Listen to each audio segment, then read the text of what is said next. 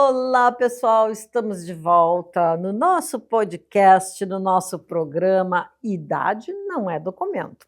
Hoje eu tenho uma convidada daquelas, as mulheres vão amar, os homens também, né? Mas é mais as mulheres que vão gostar, porque a gente está mudando um pouco a percepção de que homem é homem e mulher é mulher. Quer dizer, homem é homem, mulher é mulher, mas as mulheres podem fazer coisas que os homens achavam que era só deles. Mas antes de começar nosso programa, eu tenho que apresentar nossos parceiros, porque sem eles o programa não existiria, né? Então eu quero agradecer a Alévia, que fazem massagens maravilhosas, inclusive eu faço com eles, né? Eles têm uma clínica Fisioclean, onde eles têm as massagens, tem a acupuntura, tem aquele de virar o pescoço, de alinhar os ossos, né? Que agora eu esqueci o nome. Irmãs ao Decor. As Irmãs ao Decor, elas fazem toda o nosso estúdio aqui atrás, que está no armário lindo, maravilhoso. Elas modificam sua casa em 24 horas, sem quebrar nada, nem um pozinho, só com decoração. Dois Rios Lingerie, que é de Santa Catarina, que nos olhou aqui e está aqui com a gente, né? Dois Rios, muito obrigada para vocês. Tânia Ozuna, responsável pelo meu cabelo, pela cor que vocês perguntam, né? Tânia Ozuna Estúdio. Os nossos patrocinadores, Bevita Cuidadores, né? Eles têm cuidadores desde crianças até pessoas que têm acamada por alguma coisa e pessoas de mais idade que precisam. Eles têm fisioterapeutas, tem tudo, terapia ocupacional, eles vão até a tua casa e fazem tudo isso que a gente às vezes tem que trabalhar e não pode. Center Ótica Lau, né? Que é aqui, ó, meus óculos, cada programa um óculos diferente. Center Ótica Lau é um dos nossos patrocinadores. Farmatec. Farmatec é uma apoiadora bárbara, né? Que hoje eu não trouxe nada aqui, mas ela faz toda a parte de farmácia, manipulação. A Cris Prato, ela é uma pesquisadora na área dessa área, então ela dá aula para médicos e tudo, porque ela procura, ela pesquisa, faz misturas e ela consegue fazer os medicamentos e os produtos de beleza maravilhosos. E agora eu vou apresentar a nossa convidada. Mas antes, eu quero que vocês assistam esse nosso programa Idade Não é Documento no YouTube, tá? No canal Market, que é na Claro TV 692 ou na Vivo TV 611, tá bom? Então, agora vamos apresentar a nossa convidada especial. Eu conheço a Maria Amélia há muito tempo, então Maria Amélia Duarte Flores, muito obrigada por ter aceitado vir aqui hoje, né? Eu sei que tu está sempre correndo, né? Eu que agradeço a oportunidade. E acho teu trabalho tão bonito, então, para mim foi um orgulho receber essa chamada. Ai, que legal! Bom, a Maria Amélia, ela é pós-graduada em turismo, ela é enóloga, tá? E depois ela fez uma pós-graduação em turismo. Ela tem a empresa Vinho e Arte, um estilo de vida. Eu conheço, eu acho tão bacana. Ela tem agência de viagens, no caso, né? Ela é enóloga, palestrante, comunicadora. E eu quero saber, Maria Amélia, como é que tu começou a ser enóloga e por quê? Que nós já estávamos conversando, viu, gente? Isso. Então, eu sou da Serra Gaúcha, venho de uma família muito simples e que não tem a conexão da raiz italiana, mas cresceu no meio deles. E acabei estudando enologia, que é um curso de 2º grau e depois de curso superior. Então, são 2 processos ali. Até por uma questão da qualidade da escola. Então, eu busquei enologia não porque eu sonhasse trabalhar com vinho e tudo, mas porque eu achava que a escola federal era muito boa. Uma escola agrícola que me conectaria com a terra, com essas coisas. E aí a vida foi indo, também, né, com 14 anos, que poder de decisão tu vai ter. Então a gente estudava enologia a partir dos 14, e até os 17, quando surgiu o curso superior de enologia. Eu sou da 3ª turma, na época fiz o vestibular, nós na escola lá sempre muito integrados, e acabei passando em primeiro lugar no vestibular, e quando vi com 20 anos eu tinha terminado um curso superior. Meu pai era daquela pista de esqui de Garibaldi. Meu pai me ajuda muito, é uma pessoa fundamental na minha carreira. Mas naquele momento ele gerenciava, trabalhou a vida inteira com esse parque temático. E parques temáticos são algo que a família inteira se envolve. Então eu não sei quando eu comecei a trabalhar, mas a minha vida sempre foi viver o turismo de todas as maneiras, das classes A às classes E. Então, ao mesmo tempo que sou neta de quem trabalhou dentro de vinícola, de ancestral que veio ajudar nessa colônia, que foi a formação de Garibaldi, sempre gostei muito da história, da tradição. Família Flores é muito cavalo, muito Galdéria, encontrar da cultura italiana, então é o pelo duro, o italiano, e essa história toda, a gente vem de uma miscelânea cultural. E aí, com o tempo, fiz uma pós em turismo aqui na PUC mesmo, foi muito bom voltar aqui hoje até, e acabei entendendo que eu não ficaria dentro de uma vinícola.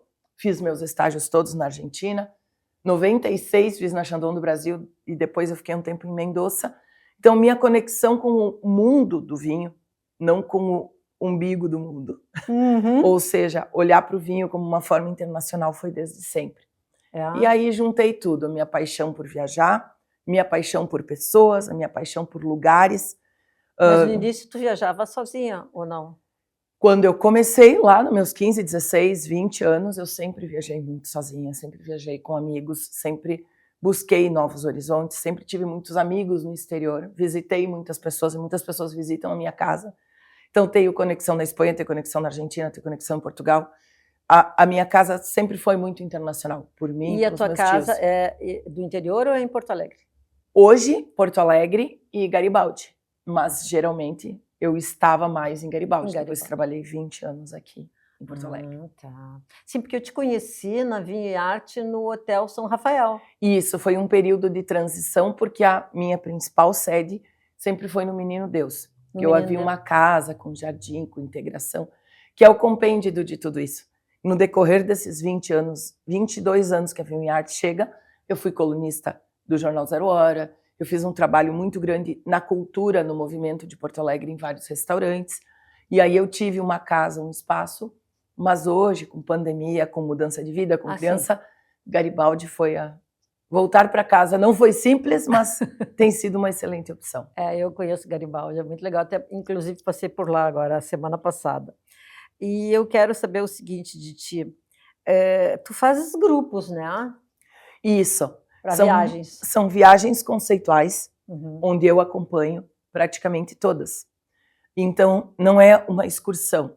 É como se fosse um conceito de grupo de amigos, porque as pessoas vão ficar juntas o tempo inteiro, as mesas de restaurante são compartilhadas, então não tem problema nenhum a pessoa vir sozinha, porque ela vai ter todo um assessoramento e ela não vai passar a viagem sozinha, sem pessoas conversando, nada. Sim, é uma integração. É uma integração. Então, além de sair com toda a experiência cultural que um roteiro de vinho e gastronomia entregue, ela sai com um novo grupo de amigos e provavelmente um novo olhar sobre a vida. Que legal. E a gente estava conversando antes sobre as mulheres, né? Que as mulheres, às vezes, tu deu uma abertura para isso. Como é que foi isso? Conta para nós, que ela falou algumas coisas, gente, eu adorei. Isso foi um caminho natural, porque eu já trabalhei com importadora, já trabalhei com colecionador de vinhos, gosto muito do assunto, mas em algum momento eu aprendi também que tem páginas que têm que ser viradas. Nós não somos árvores, a gente tem o poder de se deslocar, de mudar de opinião, de mudar de ideia, de mudar de conceito. Conheço tanta gente que muda de vida e eu adoro isso. E eu entendi que o vinho sempre foi um universo masculino. Primeiro, sempre foi um universo muito europeu, muito sisudo, muito fechado, e que essa ruptura, ela precisa continuar acontecendo, até porque a gente está vivendo a maior crise da história do consumo do vinho, e também porque existiam players que não faziam parte desse mercado. E dentre esses players, as mulheres, as moças, as senhoras, elas saíam para tomar um café da tarde com as amigas. Até que, de repente, elas passaram a sair para tomar um espumante com as amigas. É maravilhoso. Elas demoraram a conquistar esse espaço, até dos próprios preconceitos, de chegar no bar e pedir um drink. Sim, até porque agora, dando um parênteses nisso, que tu falou do preconceito, há muitos anos atrás também, né? eu fui num restaurante e eu acho que eu tinha dado uma virada em algumas coisas da minha vida, Sim. e eu fui no restaurante sozinha almoçar, porque o meu marido aquele dia não podia, não sei o quê, ele estava trabalhando, e eu fui, não tinha cozinhado, fui no restaurante e eu quis me celebrar pelo que eu ia fazer, eu ia mudar, e pedi uma taça de espumante. Hecatombe. Sim. Um caos. Um caos. Uma ruptura Assim, estelar, constelação familiar, todo 10 mundo gerações. começou a olhar aquela mulher sozinha, eu era bem mais moça do que sou agora, aquela mulher sozinha tomando um espumante, né, num restaurante, ao meio-dia. E pagando a sua própria conta. Pagando a minha própria conta. Que Bom, desaforo, que coragem, hein? bom, Desaforo, eu desaforo. sou geminiana, né? Eu sou. Aí passou um casal para se servir no buffet. Escandalizar. E o cara ficou olhando, acho que tipo também assim, a mulher, né? Ficou olhando. E a mulher dele pegou ele pelo braço e disse assim: vem, não dá nem para olhar. Eu nunca mais esqueci aquilo. Sim, são rupturas muito fortes. Nunca mais esqueci aquilo. Hoje em dia, eu era um casal vizinho, né? Mas do mesmo bairro. Hoje em dia eu converso com eles, tranquilo, mas só fiz um parênteses dessa tua, que era um escândalo na época, tu fazer isso. Isso, e essas pequenas conquistas, elas passam por várias camadas. Então, quando a gente começou a fazer os roteiros, até olhando algumas imagens, os primeiros grupos eram as confrarias, os grupos de amigos já estabelecidos, ou os amigos, os homens, de uma forma geral, que tem uma turma, e até eles já perguntavam se, além das vinícolas, ia ter uma programação para as esposas. Ah, separado? Porque aquele assunto não faria parte. Uau. Mas não é nem por mal ou por bem. Não era. Tudo no mundo precisa ter as rupturas. Realmente, as mulheres não eram nem sequer estimuladas a se interessar por esse assunto. Não é algo que fizesse parte. E aí, quando a gente começou a organizar as primeiras degustações aqui em Porto Alegre, 2003, 2004, eu comecei a sentir um público feminino dizendo: mas é tu que está apresentando? Então tem lugar para mim, eu não vou me sentir constrangida, porque eu também quero aprender de vinho, porque também tomava vinho com o meu pai, gosto de conhecer o assunto, vou ser chefe de cozinha, gosto de aprender, mas sempre de uma forma muito tímida. Ou levando um namorado, levando um esposo, e daqui a pouco essa mesma mulher, ou várias, elas se separaram, elas ficaram viúvas e elas queriam continuar pertencendo àquele grupo. E eu naturalmente comecei a ver, peraí, tem uma barreira aí que precisa ser quebrada. E tem um perfil de público que talvez eu me entenda, eu me sinta muito mais à vontade. Existe alguma coisa nos muito fanáticos por qualquer assunto. Sim. Por qualquer assunto. Em que nada mais agrada. Tanto que se criou o nome enochato. Enochato? Se cria essa coisa do cara que entende demais de vinho, porque ele reclama demais e tal. E eu comecei a pensar sobre isso. E eu dizia, algumas coisas até tem que ser mais leves nesse mercado. E aí é muito engraçado que tem muitas mulheres que viajam o mundo inteiro com a gente, tem pessoas que já foram a 20, 30 viagens. Isso hoje faz parte da vida delas, faz parte de uma inserção social, faz parte de um grupo de amigos que ela passou a ter e tal. E muitas vezes é o genro dela que entendia muito de vinho. E ele diz, olha só, a sogra ou a mãe já foi visitar as melhores vinícolas que eu ainda não fui. Legal. Não, é que eu observei... É uma ruptura. É uma ruptura. Eu observei que tu falas muito isso. Não interessa que você é sozinha, vamos fazer o grupo. Eu notei isso no teu, que eu olhei teu Instagram, né? E eu olhei muito que tu falas muito sobre isso, estar sozinha, não tem problema, vem. Então é que tu teve essa ideia. Sim, foi um antes e depois da minha carreira. E como comentei, né, fui colunista da Zero Hora, já fiz e continuo fazendo degustações de grandes vinhos, e vem casais, vem família. Os nossos roteiros acolhem criança, pet, tudo, porque o meu propósito é juntar pessoas, sem qualquer tipo de preconceito, que gostem daquele assunto. Porque o que acontece com o vinho, com a gastronomia? Ele é um assunto que te exige intelectualidade. De algum momento. Eu não sei fazer isso. Eu não... Não, mas não porque tu goste de vinho, ou não porque tu entenda de vinho. Uma pessoa que vai fazer uma viagem onde tenha vinho envolvido, Ela gosta de geografia, ela gosta de história, ela gosta de cultura, ela gosta de um bom hotel, ela gosta de um bom restaurante, ela gosta de moda, ela gosta de livros, ela gosta de boa música. Então, sim. o assunto, o vinho é só um fio condutor. A gente vai visitar a Antinori, por exemplo, lá na Toscana, ou vai para o show do Andrea Bocelli, que é um dos grandes... Eu achei bárbaro Sim, aquilo. mas quem chega a gostar do Andrea Bocelli na Toscana, ela gosta de história, ela gosta de hotelaria, ela gosta de paisagem, ela gosta da língua italiana, a pessoa gosta de muitas coisas. Então, mesmo que o vinho seja o assunto 5%, ele vai juntar outras pessoas. A cultura todas faz parte, e a gastronomia. Exato. E aí a conversa, os vínculos, as coisas se fazem de outra maneira. Então, o meu corte, o meu determinante de público não é faixa, como é que a gente pode dizer, econômica, nem classe social, é classe cultural. Para apreciar um produto da Vinho e Arte, qualquer viagem, a pessoa tem que ter um nível cultural, que é isso que nos importa. Tá, e me diz uma coisa, tu deve saber, né?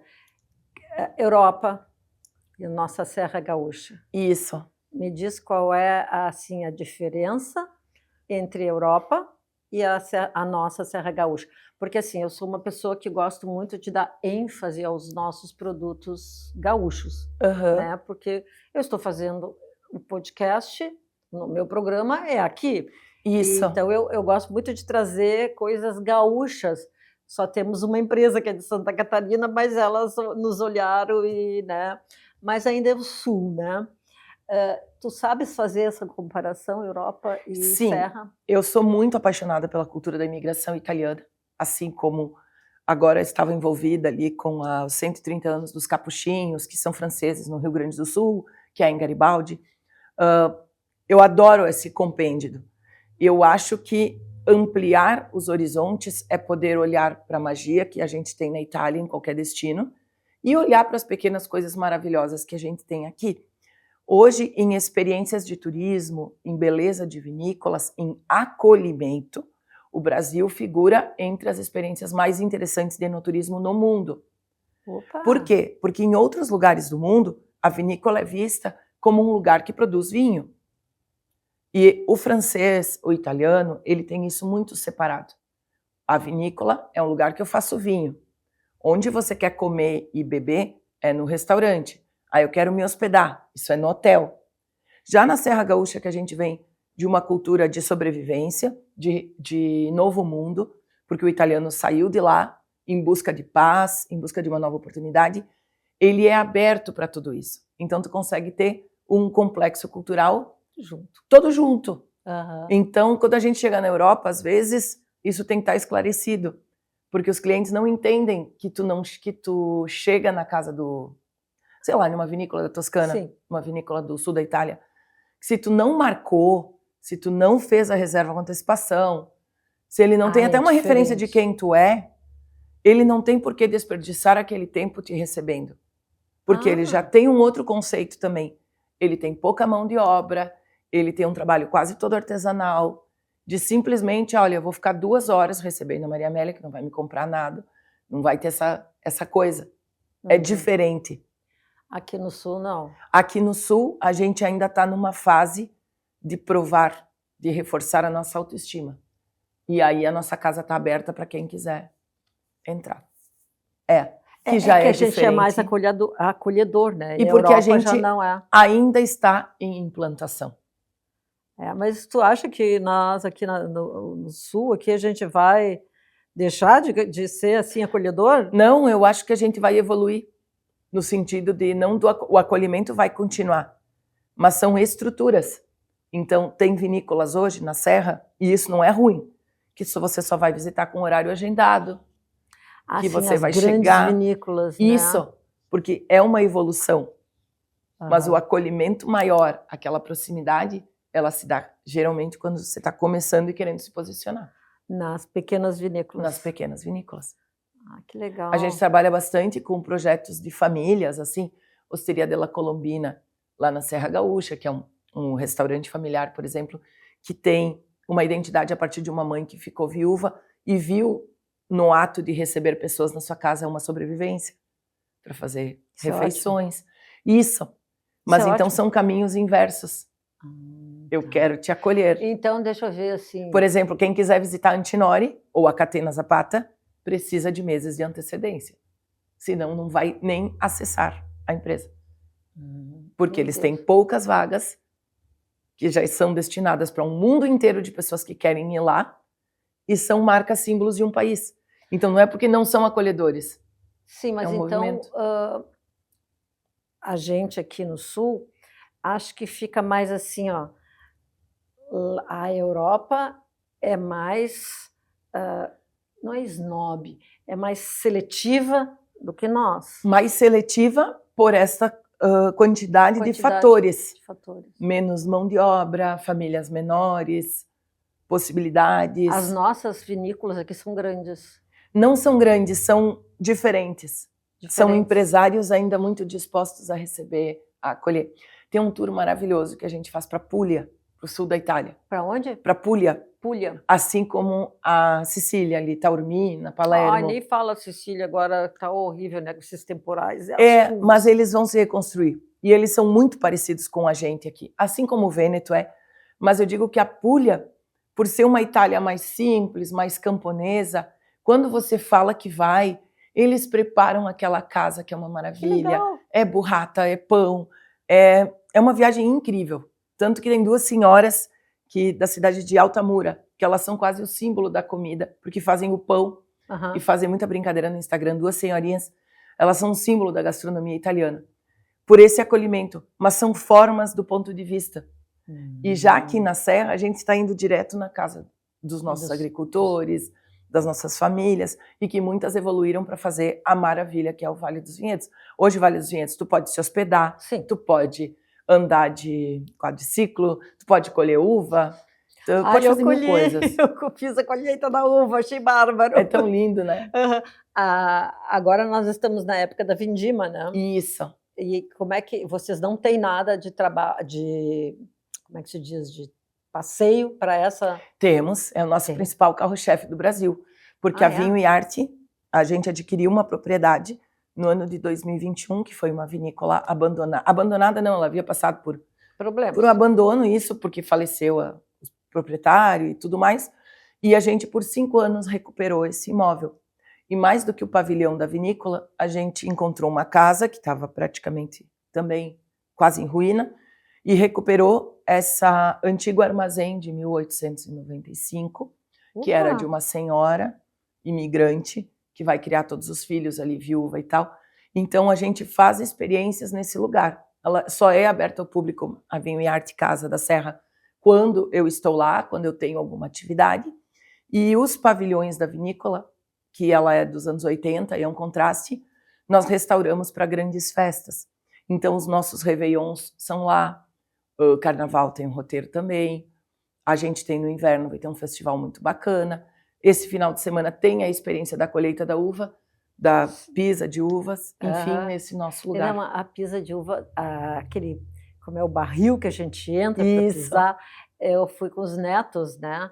E, eles ficaram encantados. Claro. Eles ficaram encantados de colher a uva, como é? Eles tinham um alicatezinho diferente que eles davam, né? Tesoura de poda. Como é que é? A tesoura de poda. A tesoura de poda, para a gente colher e botar no cesto, onde eu não me lembro qual é a vinícola que a gente foi, mas foi uma pequena, porque as outras tinham que marcar e a gente não marcou, estávamos lá e eu digo, vamos levar as crianças, né, e a gente só conseguiu essa vinícola, que eu não me lembro o nome, foi uma vinícola pequena, e eles estavam encantados de pisar na uva, eu tenho fotos até, e eu achei bárbaro aquilo para mostrar para a criança, né?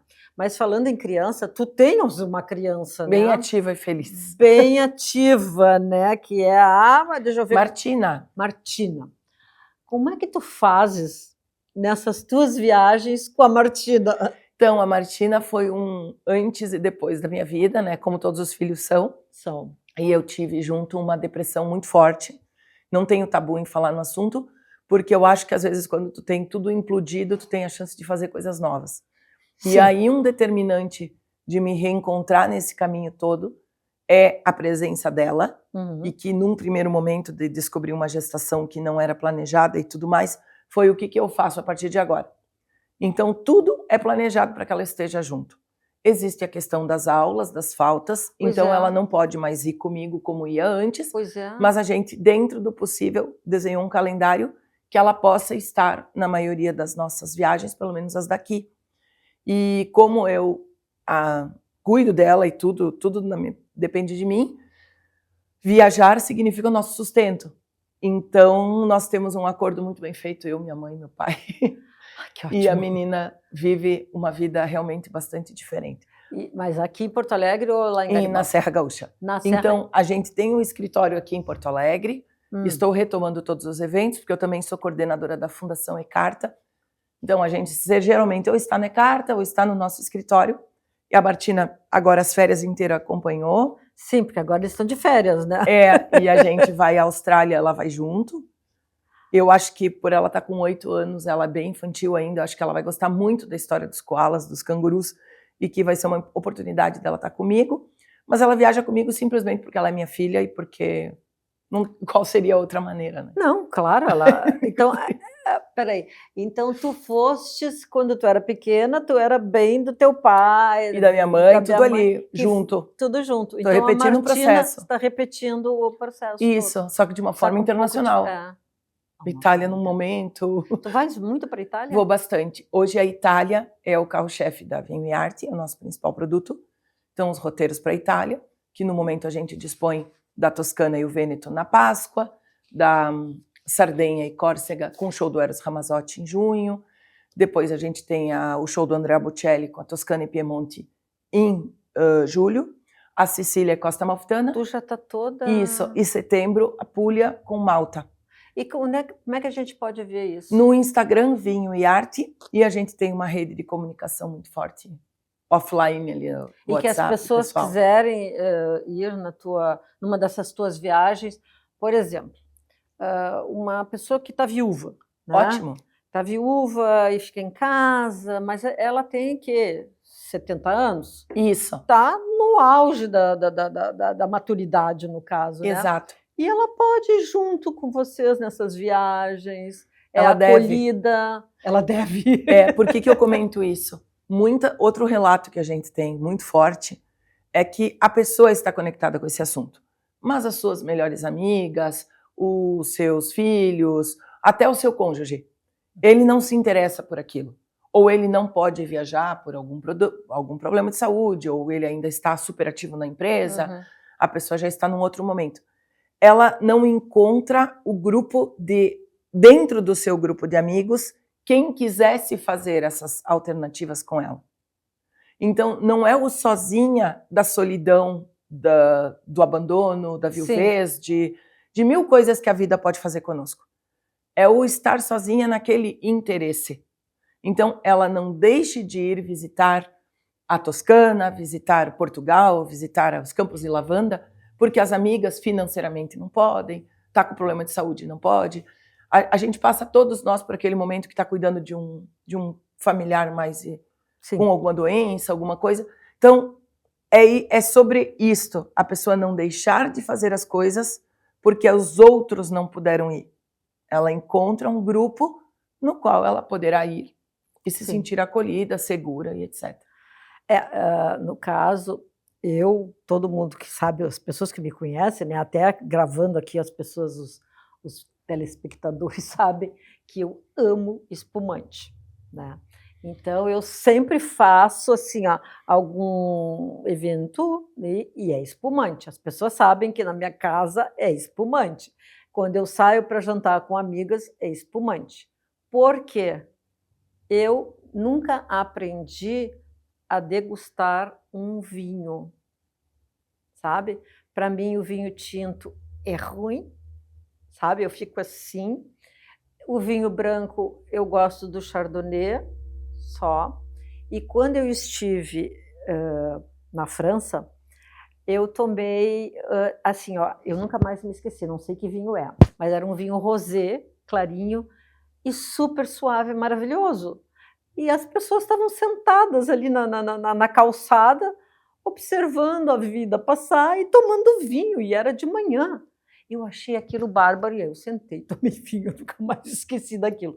Mas os meus genros, tem dois deles o outro não é do vinho, da bebida, que visitam muitas vinícolas, inclusive a gente segue, eu fui ver, stalkear, eu digo, opa, o que eles estão fazendo aqui? Né? Que amores, obrigada.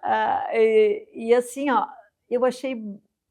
eu acho assim que a mulher, né, da minha geração, precisa saber isso, precisa aprender isso, porque eu aprendi a tomar espumante porque eu fui em frente, porque na época o espumante era só para festas, né, fim de ano, ou sei lá o quê, e eu comecei a quebrar isso, né, né, na minha casa e tudo. Mas eu não entendo de vinhos. Num aspecto mais técnico e de várias brigas grandes que eu já comprei. Várias. Vamos ver o que vem aí. O mercado do vinho, muitas vezes, é altamente excludente e preconceituoso com seus próprios clientes. Enquanto o da cerveja, não. Sim. O da cerveja te diz, beba na latinha, no copo, no bico, tome banho, jogue cerveja nos amigos, no chopp, e as coisas acontecem. O vinho, alguém já pode ter te dito, tu gosta desse rosé doce? Nossa, sim, não entende. Gosta de espumante moscatel? Não sabe nada. Porque quem sabe de vinho, sabe isso, sabe aquilo. Gente, beba. É um líquido. Você pagou, você bebe o que você quiser.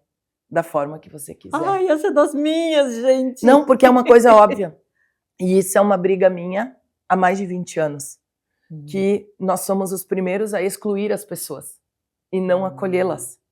E dizer, sim, esse vinho mais doce, rosado, se toma tanto na região do Vale do Loire, muitas vezes na Provence, e é os drinks que o pessoal toma lá nos iates, porque a Provence é tradicional, tu encher um copo de gelo e colocar vinho, porque as pessoas não querem ficar bêbadas, elas querem tomar como se fosse um refrigerante nas refeições. O que não exime... então não é sacrilégio botar gelo? Não, o que não exime que um grande vinho da Borgonha, Romanée Conti, que custa não sei quantos milhões num leilão, tenha que ser tomado com um ritual. E aí, se você me chama para participar de um curso, eu vou lhe dizer, o grande vinho da Provence, rosé, específico esse que você falou, pode ser da França, o rosé d'Anjou, que é do Vale do Loire. Ele vai vir numa garrafa maravilhosa, ele pode ser degustado sem gelo, ele deve. Se você colocar um salmão, ele vai ficar muito melhor. É uma coisa. Mas nada impede uma pessoa inocente que pagou o seu produto apenas se refrescar. Qual é o problema? Na Argentina, minha querida família que me acolheu lá em 99, 2000, seu Carlos tomava com soda, com água com gás. E fazia parte da estatística de 40, 50 litros por habitante do ano, que a cultura ítalo-espanhola da Argentina impôs na cabeça das pessoas. Hoje, o filho do seu Carlos, que é um meu grande amigo, é enólogo-chefe de vinícolas incríveis da Patagônia e tem outras formas de consumo. O Messi, esses dias, deu uma entrevista dizendo que ele é acostumado a tomar vinho com Sprite. Que ele toma assim. O nosso jogador lindo, querido, Léo Messi, fala isso a nível de mundo. Eu e o vinho. Por quê? Porque o argentino raiz, na casa dele, cresceu com os pais. Sim. Fazendo aquele produto de 14, 15 graus alcoólicos ficar mais leve. Sim, o meu pai servia para nós, quando a gente era pequeno, vinho com soda. E aí nós fomos, nesse período, nós, indústria, dizendo que o consumidor era um burro porque fazia isso. Enquanto a cerveja, não. A cerveja diz, tu quer cerveja mais leve? A gente faz. Tu quer coisa mais fácil? A gente entrega. O vinho agora começa a despertar que certos discursos têm que ser desconstruídos. E isso passa, não porque o vinho quis, mas porque o vinho está precisando. E as mulheres no mundo do vinho, elas entendem, muitas adoram e apreciam aquele vinho mais encorpado, mais pesado e tudo mais, mas existe também aquela que não foi estimulada a isso. E eu querer pegar essa pessoa e botar a goela abaixo dela, um Cabernet chileno de 15 graus alcoólicos ou um Brunello de Montalcino, não funciona dessa maneira. Acolher as pessoas. Então, assim, eu já fiquei feliz que não é problema, porque às vezes... Para mim, não. Porque em casa eu compro muito... eu posso... Bom, eu não entendo, né? Mas eu compro muito um vinho que eu tomei em Portugal, que agora tem aqui, que é o Mateus. Sim, é dessa linha de pensamento. Né? E aí eu coloco gelo. Exato. Né? Porque ele é meio frisante, assim, né? Às vezes, Sim. se ele já está geladinho, eu tomo ele assim, mas se eu não quero... Se eu quero ficar uma coisa leve, sabe? Ver um programa, fim de... Sabe? Eu boto gelo, eu tomo o meu vinho. Aí meu marido diz assim, gelo, mas vai aguar esse teu vinho. Eu digo, não tem problema, eu tô tomando algo, sabe? Mas aí eu tomo bastante. Porque eu Sim, acho mas que tu é estás... leve, tô em casa, tô numa boa. Ai, que bom que eu ouvi isso, que não é sacrilégio. Sim, por isso, tudo tem a sua ocasião e tem o seu momento. Esses dias eu fui para encontrar uma amiga minha, vamos tomar um chopp. Sim, porque era mais rápido, ninguém queria ficar bêbado naquele horário e tal. Mas não, eu tô com um pouquinho mais de tempo, dá para tomar um drink mais elaborado, dá para dividir um espumante. Tudo depende do momento. Então, o que eu vejo, acolher aquela pessoa que quer aprender. Então, nossa ênfase, nosso trabalho, que nos fez ser colunista da Zero Hora, é falar de uma forma fácil, um assunto que é complicado. Vinho é difícil, vinho exige uma taça, mas exige porque tu quer se exibir. Não. Os vinhos, para mostrarem o seu esplendor, precisam ter uma boa taça, precisa ter uma temperatura, precisa ter um saca-rolha, precisa ter um tempo. Isso é um assunto. Então, se a Mireia vier participar do meu curso de iniciantes, eu vou mostrar os diferentes copos, eu vou mostrar as diferentes temperaturas, vou falar de harmonização e vou dizer que bom que tu continues consumindo o teu rosé. Maravilha, com gelo, com frutas. Eu tenho uma tia muito engraçada que ela bota adoçante, aí o pessoal diz, ela tá te afrontando. Eu disse, não, ela tá bebendo mais vinho que eu. Ela tá sendo mais importante que eu no mercado. Aí meus primos ficam provocando, brincando. Tu não vê que ela está te levando ao extremo? Eu digo, eu não. Ela pode levar algum enochato ao extremo. Sim, né? Mas não eu. Ah, que legal. Não, porque eu acho assim, ó, ela não ia estar bebendo isso. Poderia estar bebendo água, poderia estar bebendo... Não, ela ainda está abrindo uma garrafa de vinho. Uma garrafa de vinho, que é um prazer. Que é um prazer. É um prazer. Que é maravilhoso. Então, eu sou a favor de dar as informações e a pessoa faz o seu critério.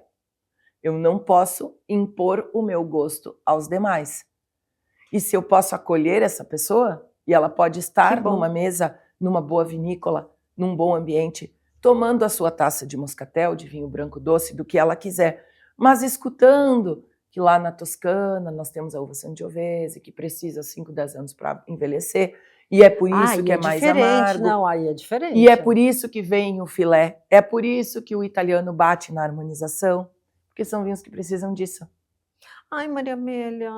Essa é a questão. Nós temos que terminar, tá tão bom esse papo. Mas antes de terminar, eu quero que tu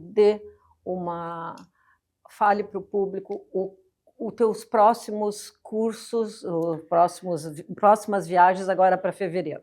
Bom, em fevereiro nós temos 4 grandes projetos, que é o Chile.